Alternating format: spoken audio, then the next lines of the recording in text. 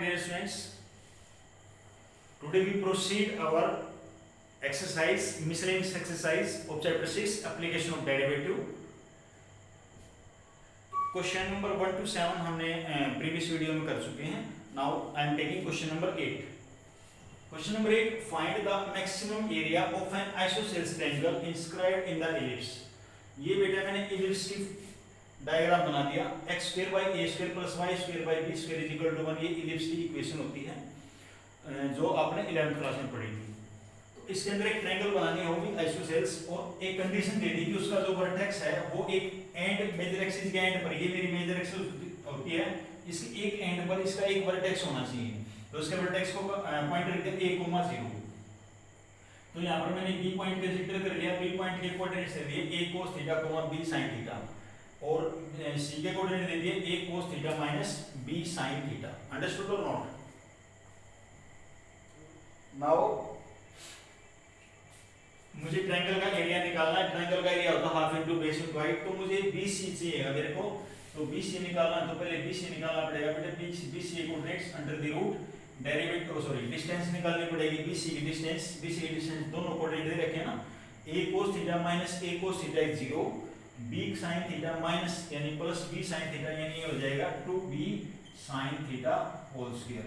Distance फार्मूले से मैंने इसकी डिस्टेंस आपको निकाल दी. इस स्क्वायर से स्क्वायर कैंसिल हो गया. ये आ गया बेटा 2b sin थीटा. ये आपके पास BC आ गया. अब मैं निकालूंगा AD. क्या निकालूंगा बेटे? AD. मुझे A और D, ये मेरा A पॉइंट है, ये मेरा D पॉइंट है, ये निकालना है. तो इसके लिए मुझे पहले मेरे को D निकालना पड़ेगा. क्या निकालना पड़ेगा? D निकालना. D क्या है? Mid point. D is the mid point of BC. और जब मिड पॉइंट निकाल लेंगे बेटा, D के कोऑर्डिनेट्स निकाल लेंगे. a cos theta plus a cos theta, 2a cos theta, 2 से डिवाइड कर देंगे यानी 2a cos थीटा. इसको 2 से डिवाइड कर देंगे, कोमा, और इसमें ये वाला ऐड करेंगे तो क्या हो जाएगा? 0. तो ये हो गया बेटा a cos थीटा, 0. ये D हो गया. और A, ठीक है, यानी D के कोऑर्डिनेट्स से मेरे पास a cos थीटा, 0, और A के कोऑर्डिनेट्स a, 0. अब मुझे इसकी डिस्टेंस निकालनी है.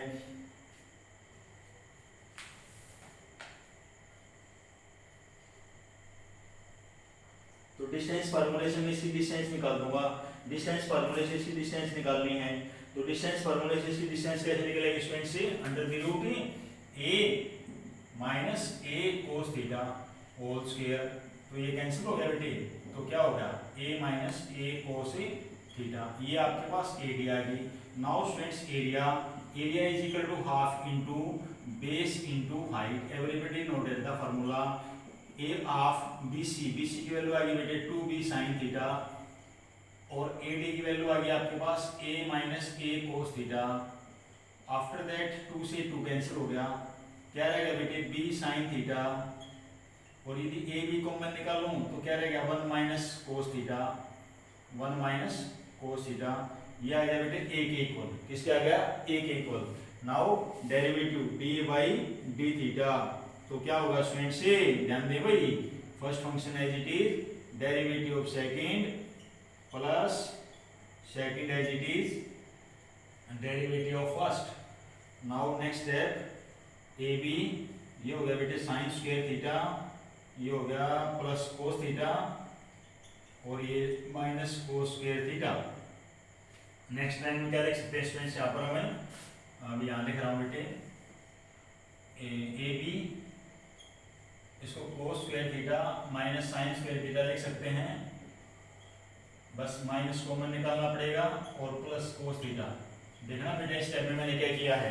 ए भी तो ये sine square theta minus cos square theta, ये फर्स्ट और लास्ट टर्म में, इनमें दोनों में से ना माइनस कॉमन निकाल के cos square theta minus sine square theta हो गया प्लस cos स्क्वायर थीटा. तो मैंने सिर्फ क्यों किया है? फार्मूला बनाने के लिए. फार्मूला होता है बेटे किसका? cos 2 थीटा का प्लस cos थीटा. कोई दिक्कत है यहाँ तक? ये आपका डेरिवेटिव आ गया. अब डेरिवेटिव मुझे किसके इक्वल रखना होता है? 0 के इक्वल. तो मैं इसको 0 के इक्वल रख लूंगा. तो minus cos 2 theta is equal to क्या हो गया? माइनस cos थीटा बेटे, है ना. तो माइनस से minus cancel. cos 2 theta is equal to cos theta. cos 2 theta is equal to we can write cos a pi minus theta, 2 pi minus theta बेटा. तो 2 theta is equal to 2 pi minus theta, तो यहाँ पर 3 theta is equal to 2 pi, तो theta की value क्या निकल गई 2 पाई बाई 3, थीटा की वैल्यू क्या निकल गई 2 पाई बाई 3। दोबारा फिर देखें बेटा, डेरिवेटिव निकालना है, डेरिवेटिव निकाल के 0 के इक्वल रखना है। Minus cos 2 theta is equal to minus cos theta, minus से माइनस कैंसिल हो गया, cos 2 theta is equal to cos theta, cos 2 theta is equal to we can write cos theta is equal to cos 2 pi minus theta, तो cancel हो गया, तो theta की value निकल गई 2 पाई बाई 3। अब मेरे को डबल डेरिवेटिव निकालना है, d square a by d theta square निकाल देंगे। डबल डेरिवेटिव निकाल दो बेटा, यही तो था आपका डबल डेरिवेटिव ना, a b, इसका डेरिवेटिव क्या है बेटे 2 sin 2 थीटा, 2 sin 2 थीटा, और ये हो गया माइनस sin थीटा। अब मेरे को इस पॉइंट पे चेक करना है, इस पॉइंट पे चेक करने के लिए क्या करूंगा 2 sin, ये हो जाएगा बेटे 4 पाई बाई 3, और ये sin ये हो जाएगा 2 पाई बाई 3।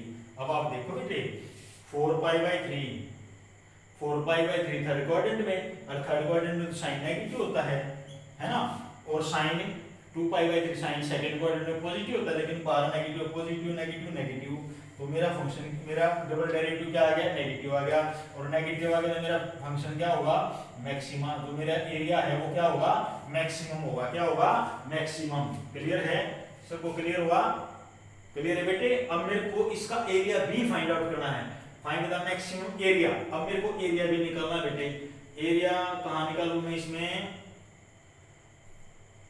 यहां निकाल लेता हूं, ये प्लेस में यूज कर लेता हूं इसका एरिया, बुरी तरह ध्यान देंगे।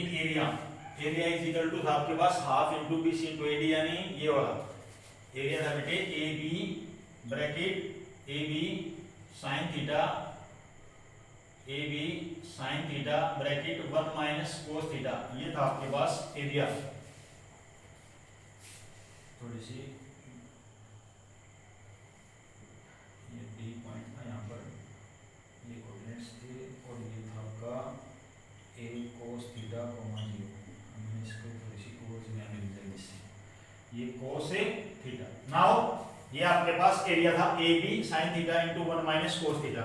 नाउ बेटा एड थीटा की वैल्यू गिवन है आपके पास कितने 2 पाई बाई 3, एड theta is equal to 2 pi by 3 put कर देंगे तो आपका एरिया आ जाएगा a B sine 2 pi by 3 1 minus cos 2 pi by 3।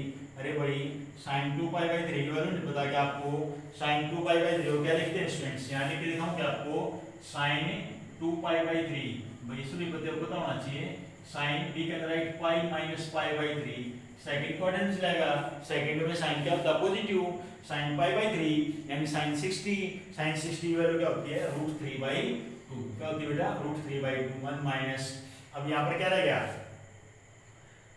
कोस है ना, यहाँ पर कोस है, तो कोस 2 pi by 3, cos 2 pi by 3 cos pi minus pi by 3, second quadrant चलेगा, सेकंड क्वाड्रेंट में क्या होता है कोस ए, भाई सेकंड क्वाड्रेंट में कोस क्या होता है भाई नेगेटिव होता है, तो बाहर नेगेटिव, तो कोस से इसकी कितनी वैल्यू होगी बेटा कोस से पाई माइनस पाई बाई 3 कोस 60 की वैल्यू होगी 1/2, तो अब अगले में क्या हो जाएगा ए बी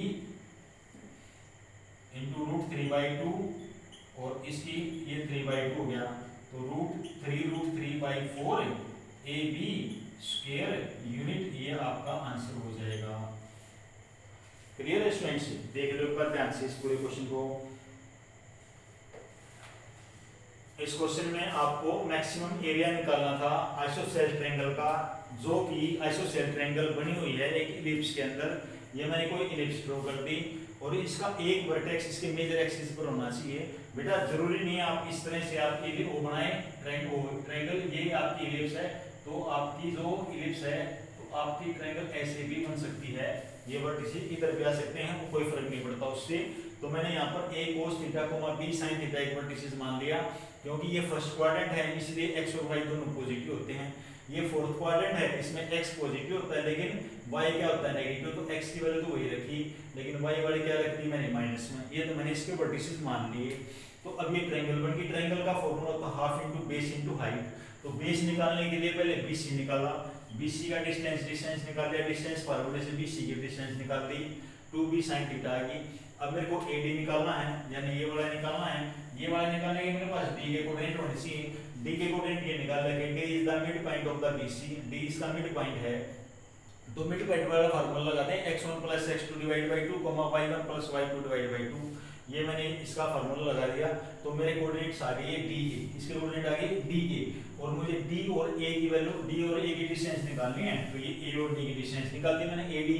अब मैं फार्मूला लगा दूंगा बेटे, area is equal to half into base into height, BC की वैल्यू लगी थी 2b sin theta into a - a cos theta, इस 2 से 2 कैंसिल हो गया, तो a b ए को मैं निकाल दिया sin theta into 1 - cos theta हो गया। अब मेरे को डेरिवेटिव निकालना with respect to theta, A B sin theta as it is, इसका derivative plus second as it is derivative of first, मैंने इसको सोल्व कर दिया, cos square theta minus sin square theta, ये cos 2 थीटा फार्मूला होता है plus cos 2 theta, derivative 0 के equal रखना होता है, तो इसको 0 के इक्वल रखेंगे तो minus cos 2 theta is equal to minus cos theta हो जाएगा, माइनस से minus cancel, cos 2 theta is equal to cos theta को हम 2 पाई माइनस थीटा लिख सकते हैं, because cos theta is positive in fourth quadrant, तो 2 theta is equal to 2 pi minus theta, theta 3 theta is equal to 2 pi, theta is equal to 2 pi by 3। Clear students, यहां तक सबको समझ में आ गया।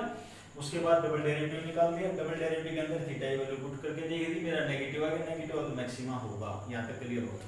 अब मेरे को यदि एरिया मैक्सिमम होगा तो अब मेरे को मैक्सिमम एरिया निकालना है, तो एरिया के अंदर A B sin theta into 1 - cos theta, theta की वैल्यू 2 पाई बाय 3 पुट कर देंगे तो मेरा 3√3/4 ए बी स्क्वायर यूनिट आपका आंसर आ जाएगा। Pause the video and note down this question, students.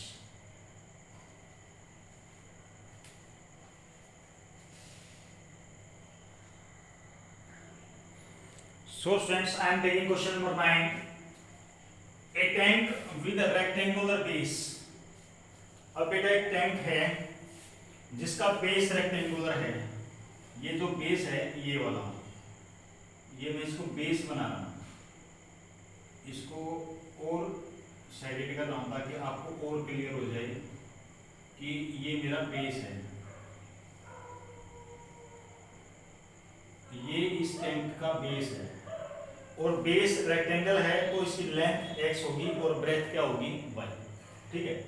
यानी सॉल्यूशन लिखेंगे हम, length of base, length of base, base की जो लेंथ है वो x metre, and breadth of base, base की जो ब्रेथ है वो y मीटर मान। ओके, चलो भैया आगे चलते हैं। Rectangular side open at the top, और ये टॉप से ओपन है, टैंक जो बना हुआ है वो ऊपर टॉप से ओपन है, इज टू बी कंस्ट्रक्टेड, इस तरह से बनाया हुआ है so that its depth is 2 metre, जो हाइट है वो 2 मीटर गिवन है, यहां लिख रहा हूं height, height of tank, height of tank is given 2 metre. Okay, चलिए भाई आगे, and volume is 8 metre cube, volume given है students, volume of tank, volume of a tank, everybody note that everybody knows that the formula of volume of cube, volume of cuboid, sorry ये cuboid form होगी, तो volume of cuboid length into breadth into height is equal to 8, length x breadth y और height 2 is equal to 8, तो x y की value कितनी आएगी 4 आएगी बेटे, कितनी आएगी 4, x y is equal to 4, got it, clear है। यहाँ से मैं y की वैल्यू निकाल सकता हूँ 4/x। चलिए यहाँ तक ठीक है। अब हम बात करते हैं बेटे आगे बढ़ते हैं।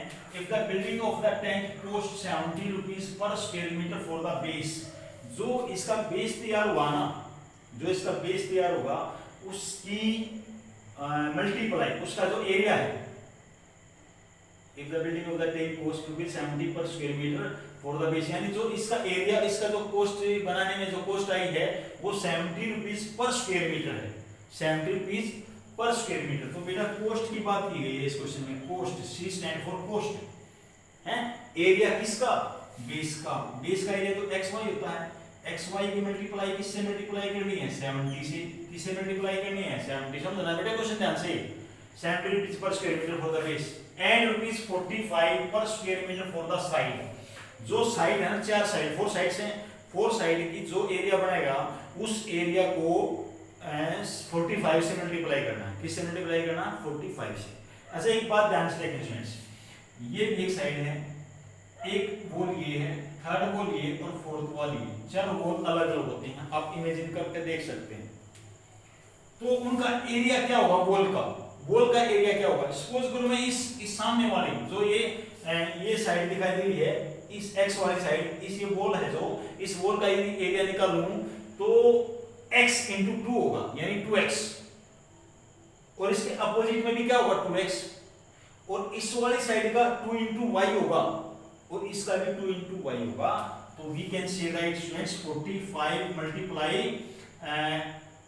क्या लिख दूं, डायरेक्ट लिख दूं, नहीं डायरेक्ट लिखता 2x plus 2x plus 2y plus 2y, ऐसे लिख रहा हूं बेटे, बहुत अच्छी तरह से अलग अलग करके समझा दिया मैंने।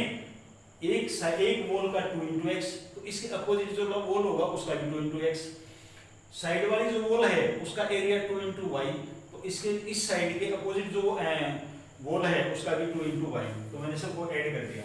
नेक्स्ट टाइम मैं क्या करूंगा स्टूडेंट्स, x इंटू वाई की वैल्यू रख रहा हूं यहां पर मैं 4/x 70 प्लस 45, यहाँ पर भी बेटा 2 और 2 4x और 2 और 2 4y, y की जगह फिर वही लिख रहा हूँ मैं 4/x। नेक्स्ट लाइन में x से x कैंसिल हो गया, ये हो गया बेटा 280 plus 45 into 4x plus 16/x। कोई दिक्कत है यहाँ तक सब क्वेश्चन समझ आ गया, क्लियर है, ओके। नाउ ये आ गया c, अब मुझे dc/dx निकालना है, क्यों निकालना है, क्योंकि मुझे कॉस्ट ऑफ लीस्ट एक्सपेंसिव यानी कॉस्ट को ही कम बताना है, मिनिमाइज बताना है, तो कॉस्ट का ही डेरिवेटिव निकलेगा। कॉस्ट का डेरिवेटिव निकलने मतलब इसका डेरिवेटिव 0 हो जाएगा भाई, कांस्टेंट टर्म का डेरिवेटिव सब जानते हैं क्या होता है 0, तो इसका derivative 45 as it is, 4x का डेरिवेटिव 4 और 16/x का डेरिवेटिव -16/x², ये dc/dx आ गया। For finding double derivative d²/dx², for finding maximum minima के हम डबल डेरिवेटिव निकाल देते हैं। ये तो 45 एज इट इज हो गया बेटे, इसका डेरिवेटिव 0 हो जाएगा, इसका डेरिवेटिव करेंगे तो x की पावर -2 पूरी हो जाएगी, यानी 16 2 32 अपॉन x की पावर 3 होगी, ये हमेशा पॉजिटिव रहेगा, और पॉजिटिव होगा तो क्या होगा मिनिमा, पॉजिटिव होगा तो क्या होगा बेटे मिनिमा, ओके।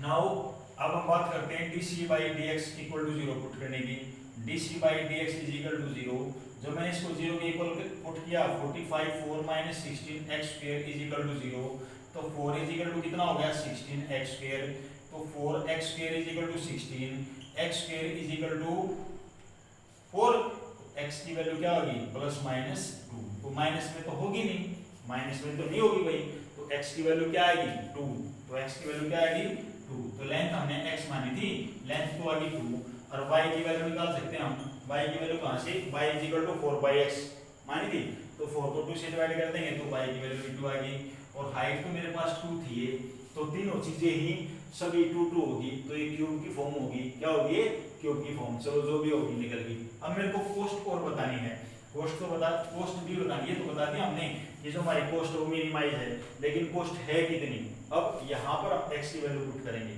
इस पॉइंट में, तो ध्यान देखेंगे कहाँ लिखूं, यहाँ दिखाई दे रहा है, इसे लिखो, देखना एक बार ध्यान से, c इज इक्वल टू, मैं यहाँ लिख रहा हूँ 280 plus 45 into 4x plus 16/x, okay, ध्यान से देखना बेटा, 280, इसकी जरूरत नहीं है ना, इसको साफ कर देता हूँ, इसकी जरूरत नहीं थी, ये लिख देता हूँ, c is equal to 280 plus 45 into 4x plus 16/x, ये था बेटे, तो मैं x की वैल्यू रख रहा हूँ यहाँ पर, x की वैल्यू कितनी आई 2, तो 2 पुट करेंगे 4 2 8, और 2 पुट कर डिवाइड करूँगा 16 को 2 से डिवाइड करेंगे 8 आ जाएगा, ठीक है, तो 280 प्लस ये हो जाएगा भी 16 16 5 जा 80 और 16 4 जा 64 और 8 72, तो इनको ऐड करूँगा तो बेटा हो जाएगा 7 और 2 11 9 और 1 1100 के आसपास बनता है आपका कॉस्ट, आंसर चेक करता हूँ मैं इसका, 1000 आता है, 280 और 8 2 1000 ही होगा बेटा, यहाँ जो कॉस्ट है वो 1000 रुपीज होगी, ये आपका आंसर होगा, क्लियर है। दोबारा फिर देख लेते हैं बेटा क्वेश्चन में, क्वेश्चन था आपके पास एक रेक्टेंगुलर टैंक था, क्यूबिकल क्यूबाइड शेप में आपके पास टैंक है जिसका बेस रेक्टेंगल है, बेस रेक्टेंगल है तो लेंथ और ब्रेथ होगी डेफिनेटली। तो मैंने लेंथ को हमने x मान लिया, ब्रेथ को क्या मान लिया y, और उसकी डेप्थ है वो 2 मीटर है और ओपन टैंक है यानी ऊपर से खुला हुआ है। ओके, तो अब मेरे को इस पर बनाने में जो खर्चा आया है वो फाइंड आउट करना है, तो कॉस्ट फाइंड आउट करनी है। तो कुछ कॉस्ट गिवन है, इसमें स्पेशल अलग अलग ये मेंशन किया हुआ क्वेश्चन के अंदर। जो बेस है, जो हमारा बेस मजबूत किया गया है, जो बेस बनाया गया है, जिसके अंदर जो सीमेंट मटेरियल डाला जाता है, सीमेंट डाल दी, डस्ट डाल दिया, सरिये वगैरह वगैरह लगा दिए, आयरन लगा दिए, तो उसका जो कॉस्ट बनी वो कॉस्ट बता रहा है कि 70 रुपीज पर स्क्वायर मीटर से लगाई है, 70 रुपीज पर मीटर स्क्वायर। तो इसका एरिया x इंटू वाई होगा, तो x इंटू वाई को 70 से मल्टीप्लाई कर दिया, और जो वॉल्स हैं 4 वॉल्स बनी हैं उसका जो एरिया उसको 45 से मल्टीप्लाई कर दिया। ये मैंने वैल्यूज निकाल दी। वॉल्यूम गिवन था, volume of tank is equal to 8 metre cube. अरबिक वॉल्यूम किस फॉर्म का हो गया, क्यूबाइड फॉर्म, क्यूबाइड फॉर्म। तो क्यूबाइड का वॉल्यूम क्या होता है, length into breadth into height. तो length into breadth into height is equal to x, h की वैल्यू 2 पुट कर दे, x इज इक्वल टू 4, तो y की वैल्यू क्या आ गई 4/x। क्लियर है। जब ये वैल्यू आ गई तो फिर मैंने इसके अंदर पुट करके मैंने इसका डेरिवेटिव निकाल लिया। डेरिवेटिव 0 के इक्वल रखा दिया बेटा, x की वैल्यू प्लस माइनस 2 आ गई। फिर इसका डबल डेरिवेटिव निकाल दिया, डबल डेरिवेटिव क्या आ गया पॉजिटिव, पॉजिटिव आ गया क्या हो गया मिनिमा हो गया। अब x की वैल्यू 2 आ गई तो मैंने कॉस्ट के अंदर रख दिया, तो मेरी कॉस्ट भी आ गई। Clear students, pose the video, note down this question.